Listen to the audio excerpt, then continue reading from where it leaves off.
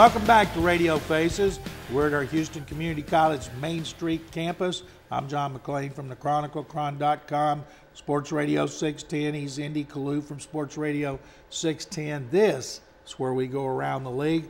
Where do you want to start? I want to start in the AFC South and the biggest threat to the Houston Texans, the Tennessee Titans. Now, I don't think the Tennessee Titans will go on the type of role that they'll need to go on to win this division, but they are the closest threat, as I mentioned. They're 6-5 right now, and everybody's been waiting for Chris Johnson to be the Chris Johnson of old. Well, guess what? He was last week when he rushed the ball 23 times for 190 yards. They're going to go play Buffalo next, and they have what some people call an easy schedule outside of New Orleans. They have Indianapolis, Jacksonville before they face Houston in the season finale. If they could somehow go 3-1, and if the Houston Texans falter because they're down to their third-string quarterback, that last game of the season could determine which team's going to the playoffs. Wouldn't that be something? That would be huge. The old Oilers coming in here, a chance to keep them out of the playoffs.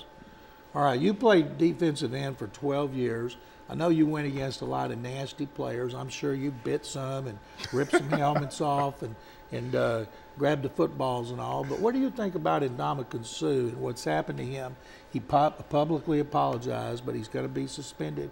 What do you think about a talented player doing these kind of things? I'll tell you what, there wasn't a bigger Ndamukong Suh fan than myself. From the day he was drafted and he committed $2 million to his university, I said, you know what, this is the type of person you need to see in the NFL. And I defended him every step of the way. When they were fining him or throwing flags because he would slam a player down, that's what you do in football. So he was doing no wrong in my eyes, but I don't condone and I can't stand by him when you step on a player. I understand the player was doing something dirty to him at the bottom of the pile, and he let his emotions get away, but you cannot get up and step on the player then try to defend it after the game. We don't know exactly what's going to happen to him yet. I'm assuming he's going to be suspended, and I'm all for that. I still think he's a good person and a great player, but that's the one time that I feel like he crossed the line. And you know me, I'm all about the players, especially the defensive players, but you cannot condone stepping on a fellow NFL guy. He didn't step, he stomped. Oh, easy now. Stomped on the guy's arm. He tripped over him. Oh, tripped over him, yeah, okay, Ndamukong.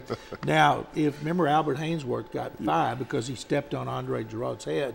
So we're all assuming it's going to be 2 games, and what a blow to the Lions who are involved in the playoff race. And they need him. This is what really hurts his team. Without that talent at the defensive tackle position, they're going to be hurting. He's part of the reason why they've had their turnaround season, why everyone's talking about the new culture in Detroit. With him being away for 2 weeks, it's definitely going to hurt his team. Nick Fairley, their first-round draft pick out of Auburn, is going to have to step up. We use that term a lot. You have to step up. But you know what? You're a first-round pick. You missed the early season due to an injury. This is the time you show everybody why you were taken so high. And if I'm not mistaken, you cover the draft like I do, he slid in the first round, and he was pretty upset with his draft stats. So this is the time he shows everybody he was supposed to be taken higher.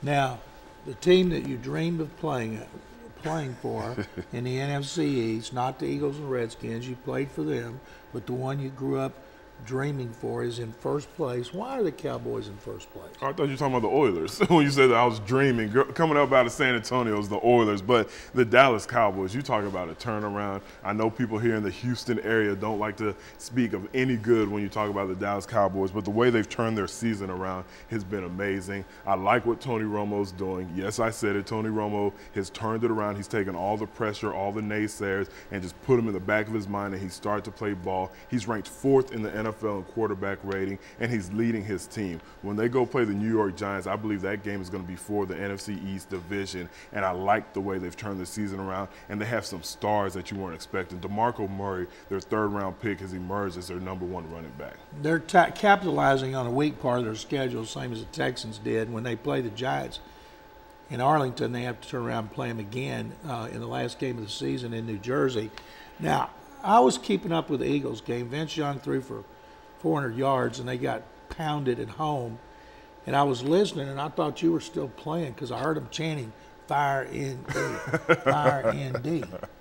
Did you hear that? No, and I think they said Andy. Okay. Should he be fired? I mean, they have basically quit. Absolutely not. You have to give him another year with his so-called dream team with all this talent around him. They need to move Juan Castillo, who went from the offensive line coach to defensive coordinator, back to the offensive side of the ball. There's somebody, we'll talk about it later in the show, who they should hire to be their defensive coordinator. But I believe with what Andy Reid has done, he deserves another chance.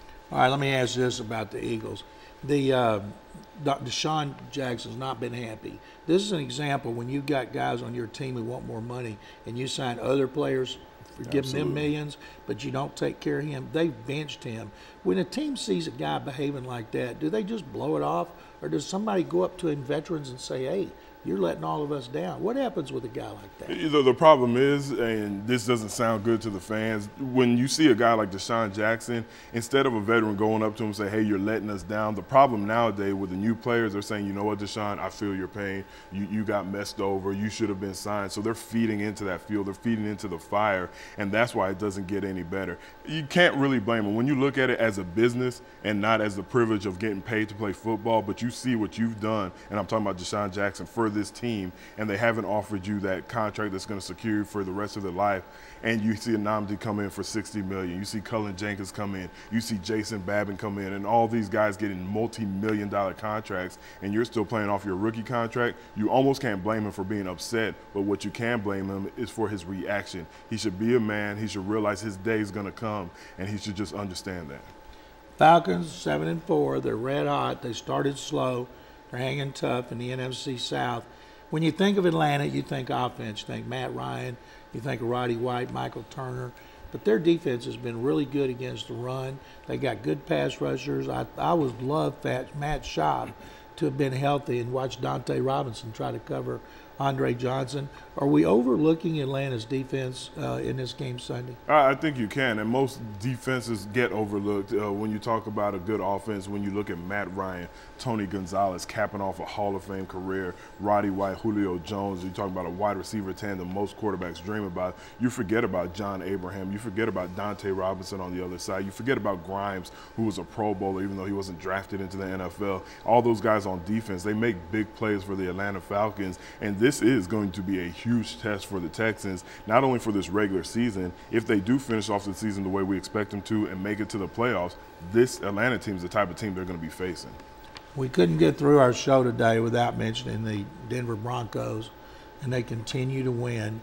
Now, if they can win with a quarterback completing 9 passes, can't the Texans win with a quarterback completing 9 or 10 passes? That's funny you said that. Somebody tweeted me at ND Kalu, and that's exactly what they said. They said if Denver can continue to win with Tim Tebow and his stats at the quarterback position, why not the Texans, who has the #1 defense in the NFL? He ran 22 times. When a quarterback runs that much, isn't it just a matter of time before some defensive player cleans his clock and he gets the concussion? If it's a typical quarterback. When you think about Tim Tebow, he's not your typical quarterback. He's a big, strong guy. He's built like a running back, so he could take those hits. So I wouldn't be afraid to have him run 20, 22 times a game. Matter of fact, that's the only way you win with a guy like Tim Tebow at your quarterback position.